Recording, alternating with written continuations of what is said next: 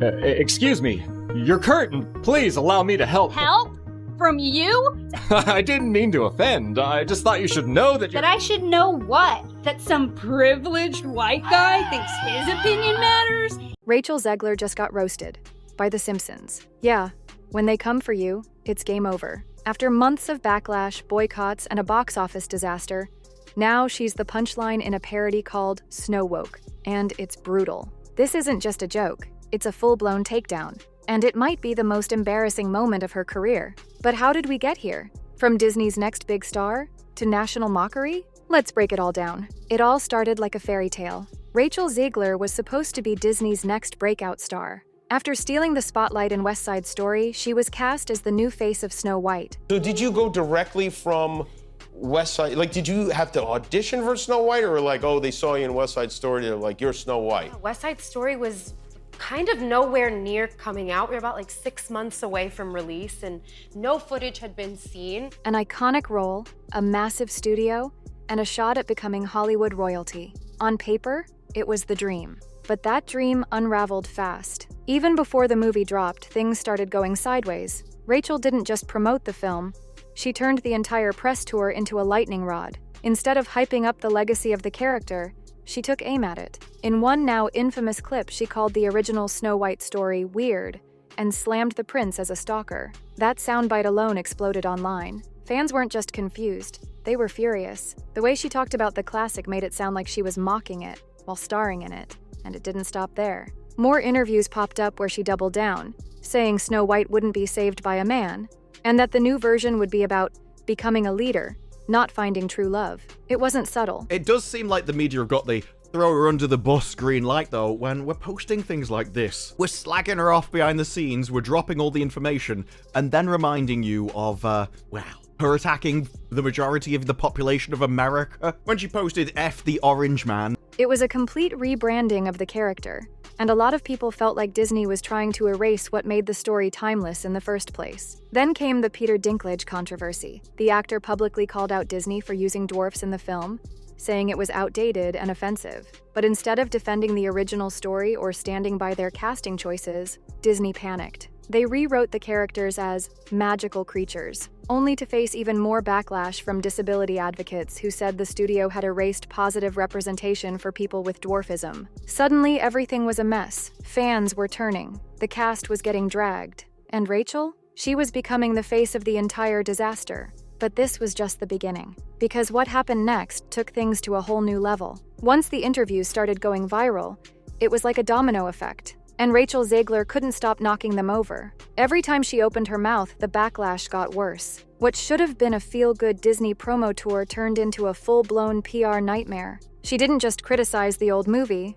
she mocked it, repeatedly. In one clip, she straight up says the prince literally stalks Snow White. In another, she doubles down on how she refused to be saved by a man. Her tone came off cocky, dismissive, even smug. Fans weren't seeing a modern twist on a fairy tale. They were seeing someone tear down a story people had loved for generations. You're crying on that stage. When am I not crying in public? It's so upsetting. Why were you crying? Oh my gosh, I saw the well, we didn't even see. We didn't even see, but I saw the logo and I went, that's my name, Snow White's up there. And just like that, she wasn't being seen as a fresh new face. She was now the face of everything fans hated about Disney's new direction. Then came the girl boss label. Social media ran with it. Suddenly, Rachel wasn't Snow White. She was a meme. Hashtags like Channern SnowWoke and Girlboss Snow White started trending, and not in a good way. People started calling for boycotts. YouTubers roasted her interviews. Even casual fans were saying, why does she act like she hates the role she's playing? And to make things worse, her political views started clashing with the film's rollout. After she posted a Free Palestine tweet, people immediately pointed out that her co-star, Gal Gadot, is Israeli. Fans picked up on their awkward body language at events. Insiders claimed Disney asked her to take the tweet down. She didn't. That just poured more gasoline on the fire. Like, it was a really, really, really bad flop. Now, things I do for you guys. I went to Snow White over the weekend. I took my kids. I'll tell you, I'm not sure who was more bored. What should have been a slam dunk press run had completely backfired, and every attempt to fix it made it worse. But if you thought this was bad, the real storm was still coming. Once the internet had its teeth in this story, it didn't let go. The backlash hit like a tidal wave, and Rachel Zegler was right at the center of it. Fans weren't just mad, they were done. TikTok started surfacing of people walking into Snow White screenings and finding the theaters completely empty. We're talking viral clips showing entire auditoriums with 1 or 2 people in the audience. People joked it was easier to get a private screening of Snow White than to book a dentist appointment. And the memes? Ruthless. Off to Woke We Go started trending. Threads titled, "How Not to Market a Movie" popped up across Reddit. Twitter was flooded with jokes calling the film a $300 million political lecture disguised as a fairy tale. I think it's fair to say that no one on the right side of America can stand the star of this movie. And yet, Christian, you've seen the movie, and it appears that the filmmakers cobbled together enough salvageable material to make the movie itself quite nice. But the backlash wasn't just about politics, it was emotional. Die-hard Disney fans felt betrayed. Parents said their kids were confused by the trailers, and disability advocates called out the studio for replacing the dwarfs with magical creatures, saying it erased an entire community from the story altogether. Even Peter Dinklage, whose original comments sparked the change, started catching heat for unintentionally tanking roles that could have gone to actors with dwarfism. It was chaos from every direction, and through it all, Rachel kept speaking out, which only made things worse. Her comments were clipped, stitched, remixed, and memed until every word she said was being used against her. The box office numbers? Brutal. On the same weekend, Snow White dropped. The Minecraft movie, yes, Minecraft, made $60 million. Snow White barely scraped $2. That's not just a flop. That's historic humiliation for a Disney title. And while the film was crashing and burning, guess who showed up to kick the ashes? Yeah, The Simpsons. And what they did next? That's when things really got ugly. This is no ordinary apple, my dear. It's a magic wishing apple. A wishing apple? You offer it to me freely. In place of the patriarchy, you would have a queen! Not white! As if the press tour wasn't messy enough, things got even weirder when fans started noticing something off between Rachel and her co-star, Gal Gadot. The energy? Awkward. The body language? Cold. And the internet noticed. At red carpet events, interviews, even the Oscars, the two barely interacted. No chemistry, no eye contact, nothing. And when they did share the stage, it felt like two people forced to tolerate each other, not co-leads promoting a massive Disney movie. Then the rumors started flying. The biggest red flag? Rachel's tweet about Free Palestine, posted right after Disney had her promote Snow White with a perfectly polished, excited to play this character message. But the problem? Gal Gadot is Israeli, and fans were quick to point out the tension it likely caused behind the scenes. Insiders claim that Disney immediately tried to do damage control. One executive reportedly flew out to meet with Rachel personally, asking her to take the tweet down to cool things off while the marketing campaign was still rolling. But Rachel stood her ground. She refused, and from that moment on, things got quiet. Gal Gadot started pulling back. Publicly, she played it cool, but privately, insiders said she was done, and fans could feel it. Every event they attended together, people zoomed in on the smallest interactions. You see yourself as the evil queen. You are not evil. You are not evil. You're a queen, but you're not evil. What was it like seeing yourself as the evil queen for the first time? We did not see the clip. The vibes were undeniable. They weren't just distant, they were divided. Now combine that with Rachel being dragged left and right online, and Disney sitting on their hands doing absolutely nothing to defend her, it started to feel like even her own team was slowly backing away. And at this point, the damage wasn't just public, it was professional. Because what happened next? That's when the entire industry started treating her like a liability. By the time opening weekend hit, it was clear. This wasn't just a flop, it was a disaster. Disney had dropped over $300 million into the Snow White remake, and it completely tanked. Theaters were empty, the merch wasn't moving, and the numbers, straight up humiliating. Box office analysts called it one of the worst performing live-action remakes in Disney's history. IMDb scores sank fast, dropping as low as 1.6 out of 10. Not just bad, record-breaking bad. People weren't just skipping the movie. They were celebrating its failure like it was a sporting event. And in Hollywood, that kind of failure sticks. Casting calls that once hyped up Rachel's name quietly took her off the list. Studios started pulling back on projects that were rumored to star her. This thing was a disaster. It only made $43 million at the box office, which is really bad for a movie like this.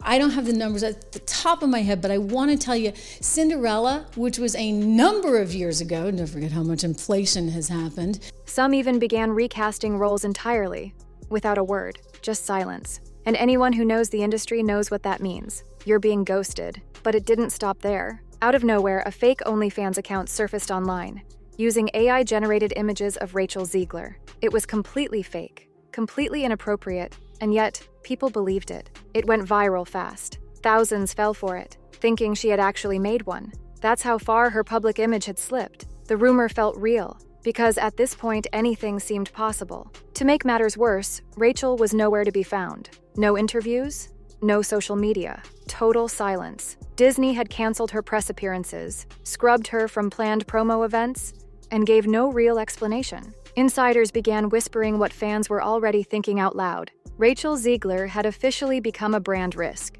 And just when it seemed like things couldn't get any lower, The Simpsons came swinging with a brutal parody that turned everything into a punchline. What they dropped might have been the final blow. Enter The Simpsons, the kings of satire. The show that's roasted everyone from presidents to pop stars. And now, they had Rachel Zegler in their sights. In a move nobody saw coming, but everyone talked about, they aired a full-blown parody of Disney's Snow White debacle, the fake movie inside the episode, SnowWoke, the reimagining. And yeah, it was as brutal as it sounds. Oh, what has she done to you? Fear not, First Love's kiss can break any curse. In the episode, their version of Rachel, dubbed Rachel Z, plays a tone-deaf, power-hungry girl boss who bans princes, lectures villagers, and watches her movie bomb in an empty theater. The whole thing ends with her melting down on Krusty the Clown's talk show while the audience just stares in silence. Savage doesn't even begin to cover it. This wasn't just a quick jab or background reference. It was a surgical takedown, aimed directly at everything that made the real Snow White controversy so messy. Woke messaging, over-politicization, bad marketing, and Rachel's own public image. It was a cultural hit job, and it landed. For a lot of people watching, that was the moment the story shifted. It wasn't just fans complaining anymore. The Simpsons, a show known for its brutal honesty, had basically declared, yeah, this was a total joke. And when Springfield turns you into a punchline, you're no longer trending, you're toast. The internet exploded. Clips from the episode went viral instantly. Reaction videos, memes, Twitter threads, it was everywhere. And Rachel? Still silent. No tweets, no response, just gone. At that point, it felt like the damage wasn't just bad, it was permanent. But the real question wasn't just how far did she fall? It was, can she even come back from this? In the days following the Simpsons episode, Rachel Zegler completely disappeared. Snow White reviews are in. Snow White, how shall we say? Data points are in, because we now know that it was a flop. No Instagram posts, no interviews, no behind-the-scenes clips. Her name went dark across Disney's social channels. And if that wasn't loud enough, insiders revealed that the studio had pulled the plug on every remaining media appearance she was supposed to make. Red carpets? Canceled. Talk shows? Ghosted. It was like they hit delete on her PR schedule. Behind the scenes, the mood was tense. Executives weren't speaking publicly, but the message was clear. They were done playing defense. After pouring hundreds of millions into a film that became a meme, even Disney didn't seem willing to go down with the ship. And Rachel? She's stuck in limbo. Industry insiders started whispering what fans had already suspected. Zegler had become radioactive. Not officially blacklisted, but close. Projects she was rumored to lead went silent. Casting teams started labeling her a PR risk.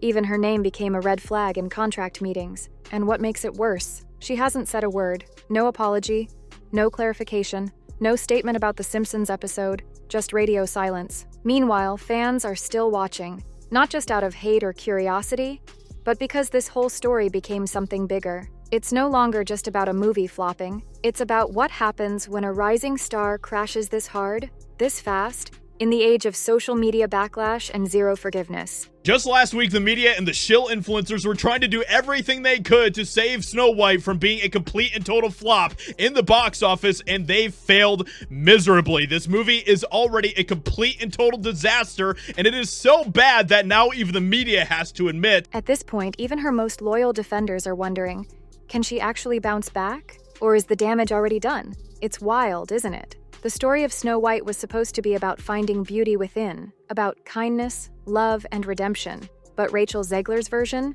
It became the opposite. A public implosion where every quote, every tweet, every decision stripped away the magic one headline at a time.